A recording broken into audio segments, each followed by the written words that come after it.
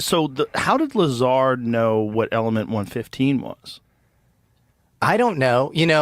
So element 115, elements are just differentiated by the number of protons. So it is easy to predict there will be an element 115 before element 115 gets discovered. If they have, I think they don't have a stable version of moscovium, which is element 115. And so if they can find some stable version, I think he'll be super vindicated based on that. Well, they think he has a stable version. I know that. Yeah. Yeah. They think that was part of, during Jeremy Corbell's documentary that he was doing on Lazar, he was raided by the FBI. They raided his lab, and he thinks that's what they were looking for. That is wild. Yeah. I think there is so much real about the Lazar story. I think he was at S4. I think he met Edward Teller. I think he was at Los Alamos. I think he was at MIT. I know there's some stuff he told you offline. MIT's engaged in a lot of spooky stuff where you can't talk about what you were doing. There's a lot of federally funded weird stuff going on there. Yeah, if you want to teach your people how to do something that's kind of fucked up, you would send them to MIT. 100%. Yeah. EG&G came from Doc Edgerton, who was, MIT faculty, and that's where he ended up working after meeting Edward Teller, was EG&G. So I believe there's a lot in that story that's super true. That lens, you need to apply that lens. Right. The limited hangout lens. Well, it's also like, what is he dealing with really? Like, what is the craft? Is that thing ours? Did we have something in 1988 that was that sophisticated, or is that really back engineered? That's the is it a mind fuck? That's the $1 trillion question. Is this tech protect? This is at a time when stealth craft had just came on the scene, and you had. When did stealth technology first get implemented? It was the F-117 was the first stealth craft. That was the early 80s. And you had actually this guy named Pyotr Ufimtsev, who is this... what a name. Yeah, a great name. Early 20th century Russian mathematician that Ben Rich and some of his engineers at Lockheed Skunk Works had resuscitated. There's this kind of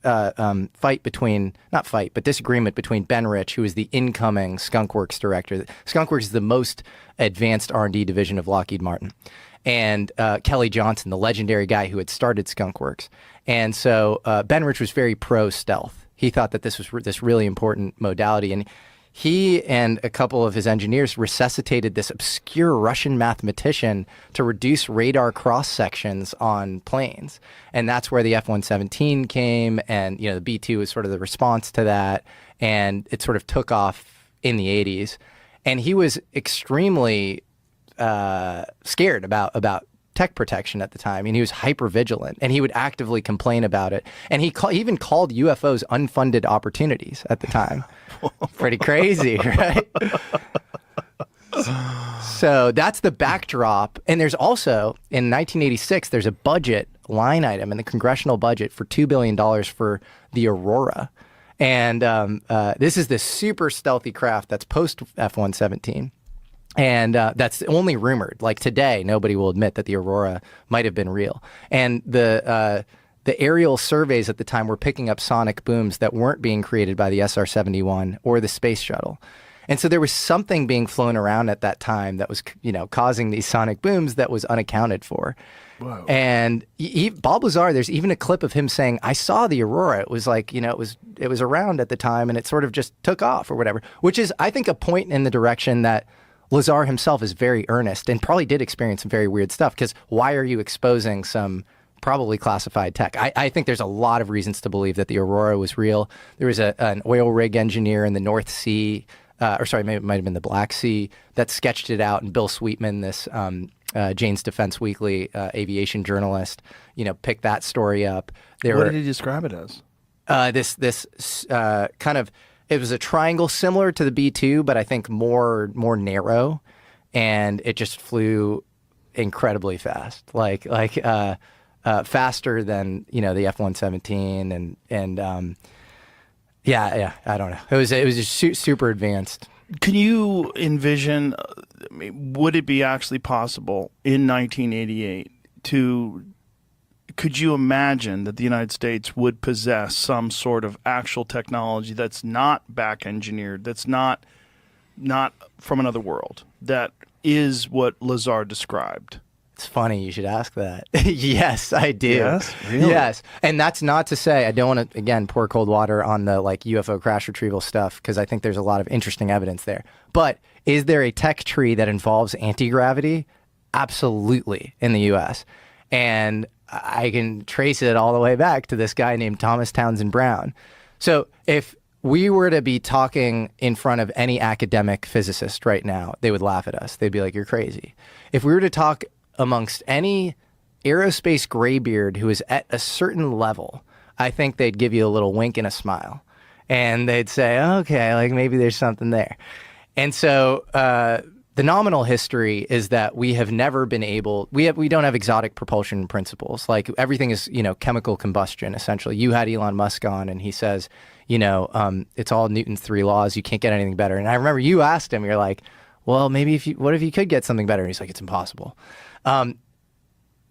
We have not unified the field in physics. So you have the weak force, the strong force, and electromagnetism, and all of those have been reconciled. Gravity is out here hanging out by itself on an island. So you have the standard model, quantum field theory, and you have Einstein's theory of gravity, and the two are not reconcilable. It is my belief that if you were to reconcile them, you could create exotic propulsion, which I think any even reasonable theoretical physicist who's credentialed would say if you could reconcile them, that's possible.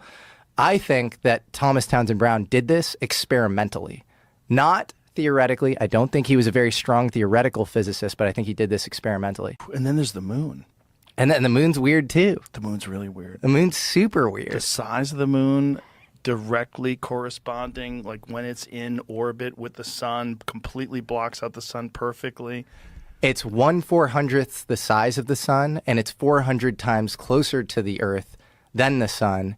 You never see the dark side, which is very weird. It's actually, I believe it's closer to the Earth than what you would normally expect for a moon. And it's huge. It's huge. You have cultures actually talking about a pre-moon period and it's stabilizing the climate. You have the Zulu cultures talking about this. And then here's the weirdest stuff about the moon.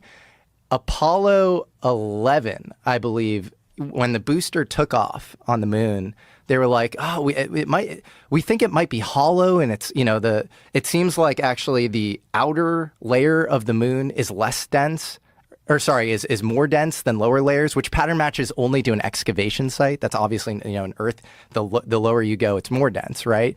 And so Apollo 12, they intentionally crashed the booster of the lunar vehicle onto the moon. They put seismometers there, and they said that it rang like a bell. This is all fact. You could look all of this stuff.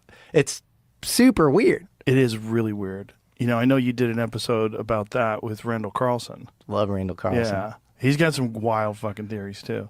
But the idea that the moon was somehow another place there to stabilize our atmosphere is so crazy. It is crazy. And then you obviously have to sort of think in probabilities all the way down. Lowest probability, craziest thing is Ingo Swann, who is another remote viewer in the Stargate program.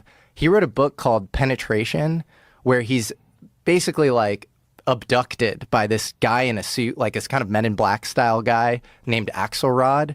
And he is told to remote view the moon.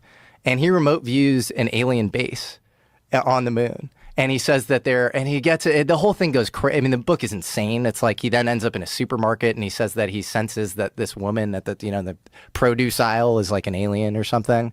But a lot of people from that Stargate program remote viewed, structures on the dark side of the moon and that sort of thing. So, well, but AJ from the Y Files was on, and he was the one that was telling us that there's photos, right, of the dark side of the moon, that someone had seen photos and was assuming that these would be released shortly, that there were structures. Wow, this is going to be the biggest news ever, and then it was never released. Are you talking about maybe Carl Wolf? Is that what it was? Who was taken to, this is all his claims, and he died in a freakish bike accident a little after saying this. But he said that there was like in like Langley, Virginia, where a lot of spooky stuff goes on. He was taken to some it was like inside a mountain complex, which we definitely, Carl Wolf, yeah. That guy bikes? Apparently not enough. That But guy could die any time oh on man, a scooter. So, photographs of the 1966 lunar orbiter mission that revealed large base of the moon. Can we hear what he's saying? It's a 4-minute video. Just hear a little bit of it. Scan one section of the moon, then another and another, and then they would get a larger image. So this mosaic then would be put in that contact printer, and that was then a print that was issued to whomever, the press, the scientist, whatever, wherever that was intended to go. So he was showing me how all this worked, and we walked over to one side of the lab, and he said, by the way, we've discovered a base on the back side of the moon. And I said, whose? What do you mean, whose? He said, yes, we've discovered a base on the backside of the moon. And at that point, I became frightened, and I was a little terrified, thinking to myself that if anybody walks in the room now, I know we're in jeopardy, we're in trouble, because he shouldn't be giving me this information. I was fascinated by it, but I also knew that he was overstepping a boundary that he shouldn't be stepping over. And then he pulled out one of these mosaics and showed this base, which had geometric shapes. There were towers, there were spherical buildings, there were very tall towers, and things that looked somewhat like radar dishes, but they were large structures. So I didn't say any more to him because I was concerned again that somebody was going to come in at any moment, would catch us having this conversation, and we would be in real trouble. I realized that he was telling me this information because he didn't have anybody else to talk to. Now, probably in that laboratory, he was probably one of the few enlisted people, and he was a worker bee. And he had a high-level security clearance, obviously, but he couldn't share that information with anybody else. And in those days, we didn't. When you had your security clearance, you took it seriously. It isn't like today where people don't take these things seriously. We had a different set of morals and ethics and values. That's the way we were raised, and we stayed bound by those agreements. So it was rare that someone would do something like this, but this fellow and I were the same rank. I think he was very distressed. He had the same pallor and demeanor as the scientists outside the room. They were just as concerned as he was, and he needed to discuss it with somebody. So that was the end of it right there. I didn't take it any further than that. I just filed it away. But the interesting thing, every day that I went home, I would think to myself, I can't wait to hear about this on the news, And, so I'd turn on the TV and I'd look at the news to see if they're going to announce, we've discovered a base on the backside of the moon, being really naive, And, of course, here it is 30-some years later, and we still haven't heard about it. Whoa. pretty crazy. Yeah, but then there's the question of disinformation, right? Like, you could conceivably give people a bunch of nonsense and tell them about it, knowing that some of it is going to leak, and it's going to and it won't be verified, and it's going to make this whole story seem even more ridiculous and make people less likely or reluctant to study it. Totally. And in his case, he says that he was in this, mountain base or whatever, where all of the world's nations were working together as part of some collegial UN style space program or whatever. So that to me might be a little, beyond the pale. And I'm glad you made that point, because that is ufology 101. And I've heard you be incredibly exhausted and frustrated at UFO disclosure. And I think that is the reasonable response. It is limited hangouts on limited hangouts. It's just, we're going to give you a little bit, but we're also going to sprinkle in some falsities and some bullshit. We're going to stigmatize it. And it kind of works because it creates this initiation path for recruiting. If there are any of these programs, it widens the surface area. It both conditions the populace, but also stigmatizes the thing and makes it seem like kind of a joke. And so I think if you are not viewing modern disclosure through that kind of hermeneutic lens of interpretation, and you were just taking it, accepting it, imbibing it wholeheartedly, prima facie, I think you are in trouble. Yeah. When you go over the Bob Lazar story, what are you? How much of you cries bullshit? How much of you's like, I'm more on the side. I think he's the most credible whistleblower because he Didn't profit from didn't it. profit, and they prosecuted him for running a prostitution ring. You know, Which maybe he was. which I think he was. He pled down to pandering, but Well, he they also raided him during the Jeremy Corbell documentary. While they're filming the documentary, the FBI raided his facility. Mm-hmm. And they said they were looking for something.